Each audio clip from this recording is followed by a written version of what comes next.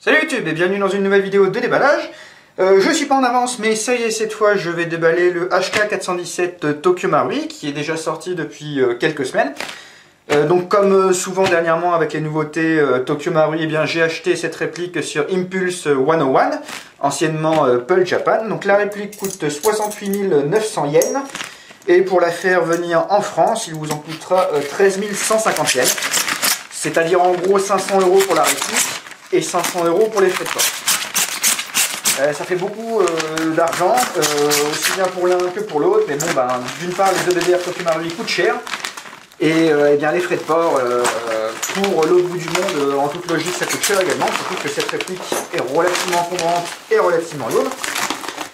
Avant d'aller plus loin, je vous recommande chaudement d'aller voir la vidéo que Dean Chavez a fait de cette réplique. Je vais mettre un lien par exemple par ici. Il a fait une longue vidéo sur le HK417 qui sera suivie d'ici peu de temps d'une longue review. Il parle notamment de la compatibilité avec les RIS VFC, avec les butt paid et des trucs comme ça. Enfin voilà, c'est une vidéo instructive, intéressante. Alors je vous invite vraiment à aller la voir. En plus, elle est drôle. Surtout l'intro que personnellement j'ai beaucoup aimé.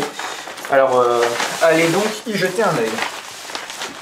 J'aime bien le petit ruban bleu qu'on a à chaque fois avec les commandes de chez Impulse. Alors si j'ai bien compris, ce n'est pas une initiative de Julien, mais une initiative de Tokyo Marui directement, qui livre ses répliques avec ce petit ruban bleu.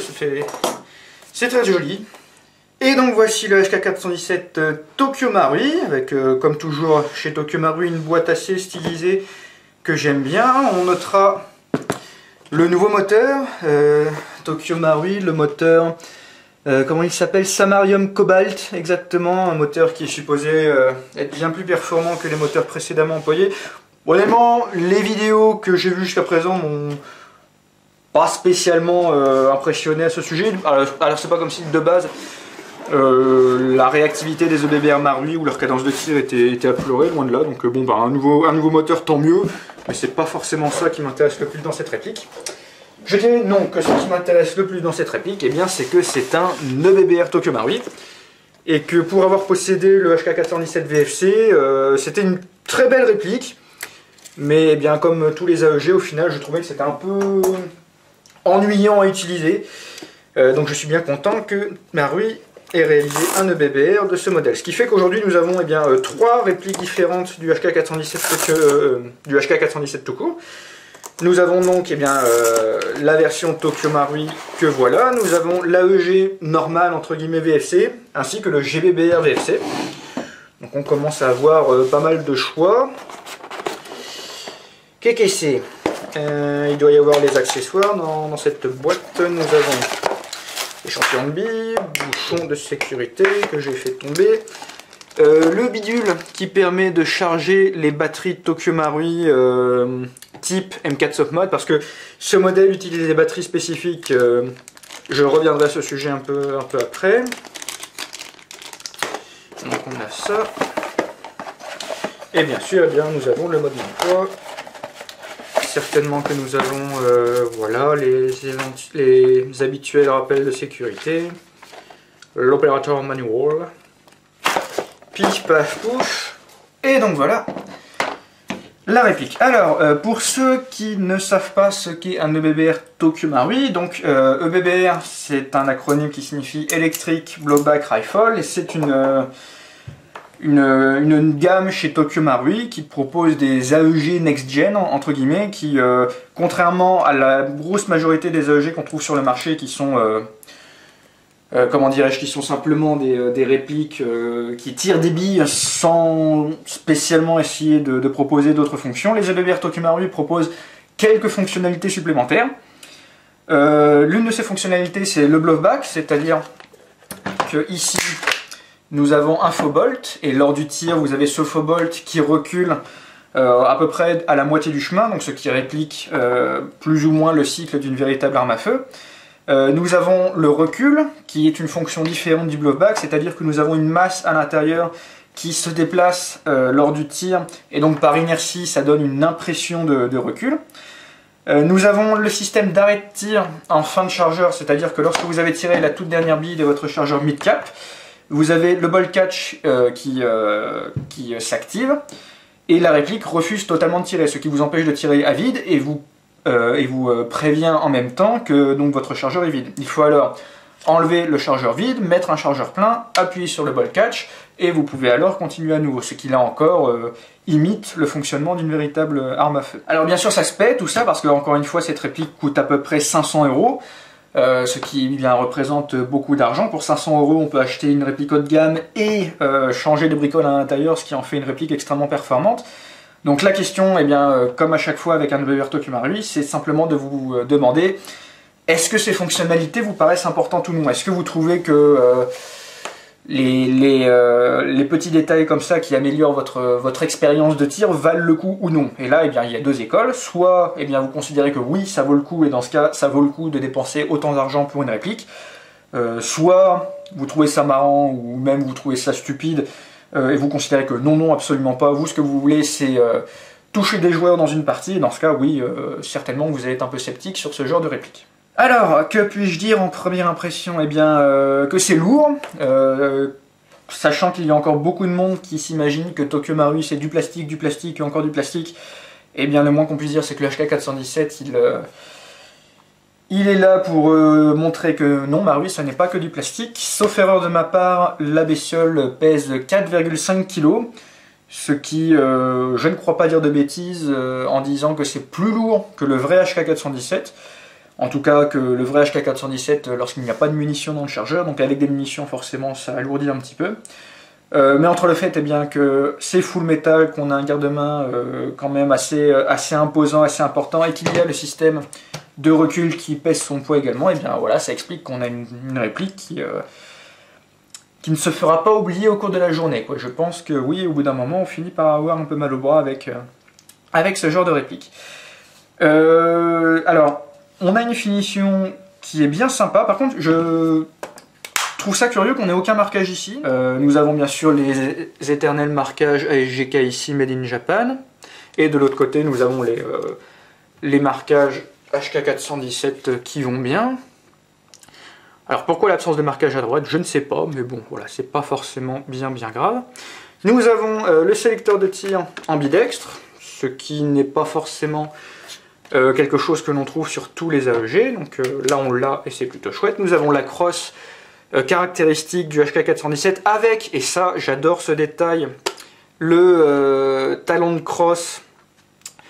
Ça c'est concave ou convexe, je ne me rappelle jamais, enfin voilà, c'est pas la même forme que sur le HK417 VFC, et pour le coup je déteste vraiment le talon de crosse du HK417 VFC. D'ailleurs, on trouvait aussi le même talon de crosse sur le HK416D Tokumaru que j'avais acheté.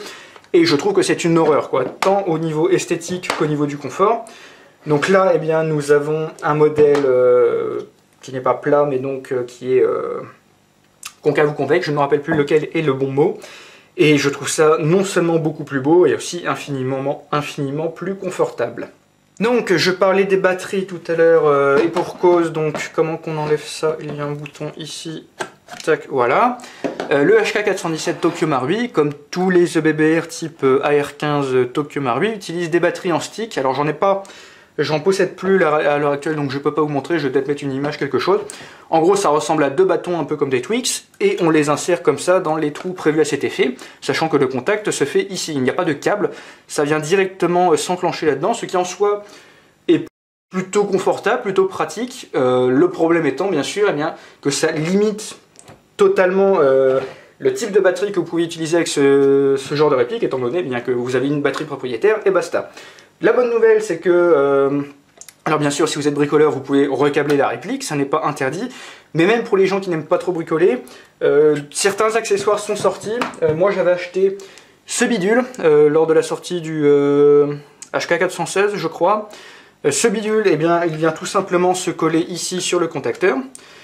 Et ça vous permet, par exemple, de mettre dans ce trou-là ou ce trou-là une batterie stick. Ensuite, dans l'autre trou, vous pouvez mettre l'excédent de câble et ça vous permet d'utiliser une batterie LiPo à la place des batteries propriétaires. Là encore, je vais vous rediriger vers une vidéo de Ding Chavez qui avait montré une autre alternative pour ne pas avoir à utiliser ce genre de batterie.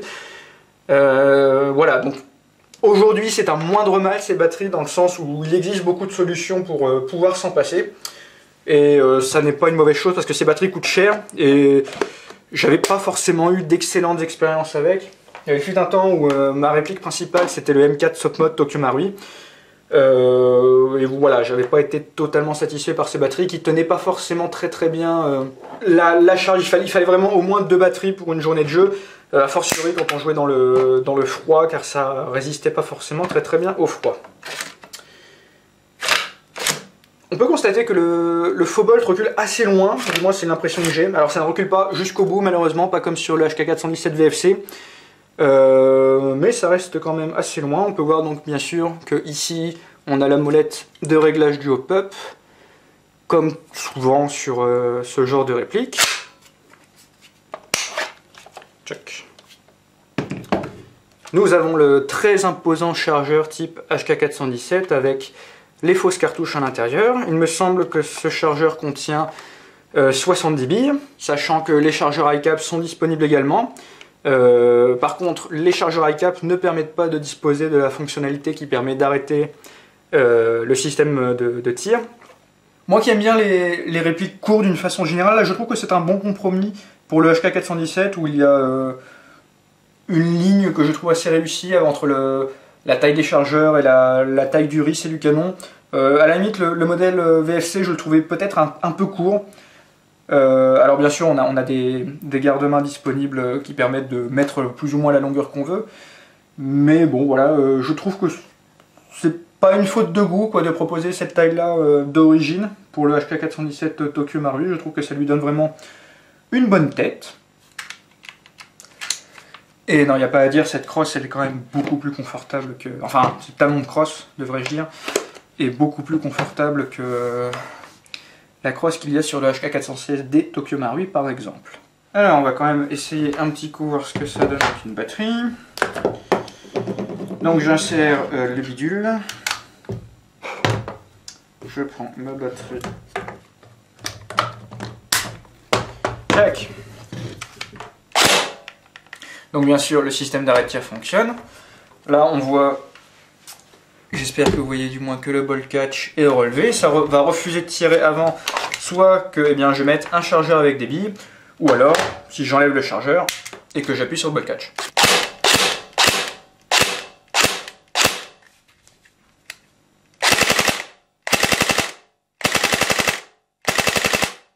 C'est vraiment satisfaisant, moi j'aime bien, décidément je suis très bon public pour ce genre de choses. Malgré le poids de la réplique, en fait, le recul est quand même sympa. Il est peut-être quand même pas aussi puissant qu'avec les répliques Bolt que j'ai essayé précédemment. Après, bon, c'est pas évident à comparer ce genre de choses. Et dans tous les cas, ça reste bien amusant, quoi. On va mettre le chargeur. Hop. Et là, ça marche plus. Et voilà. En somme, voilà. Alors bien sûr, je vais faire une vidéo de tir pour cette réplique. Après, bon bah les EBBR Tokyo Marui, c'est toujours un peu la même chose, quoi. C'est comme je disais tout à l'heure, est-ce que vous avez envie de dépenser ce montant pour avoir une réplique qui ne fera pas de vous un meilleur joueur, mais qui a priori va vous permettre de vous amuser plus lorsque vous tirez. Encore une fois, c'est à vous de répondre à cette question. Je ne peux pas répondre à cette question à votre place. Moi, je suis très bon public pour ce genre de choses. La question est de savoir si c'est votre cas également. Donc, je peux déjà vous prédire ce qu'il y aura dans la vidéo de tir. Ça va être du 300 fps, ça va être des performances tout à fait correctes jusqu'à 30 mètres. Et puis, en somme, voilà, quoi, je ne pense pas qu'il y a tant de choses que ça à dire au final. Les EBBR Marui se suivent et se ressemblent pas mal, ce qui n'est pas forcément une mauvaise chose. Et donc encore une fois, c'est à vous de déterminer s'ils vous plaisent ou non. Voilà, je vous remercie d'avoir regardé cette vidéo. Et puis je vous dis à la prochaine fois pour la vidéo de tir du HK417 Tokyo Marui. Salut et à la prochaine!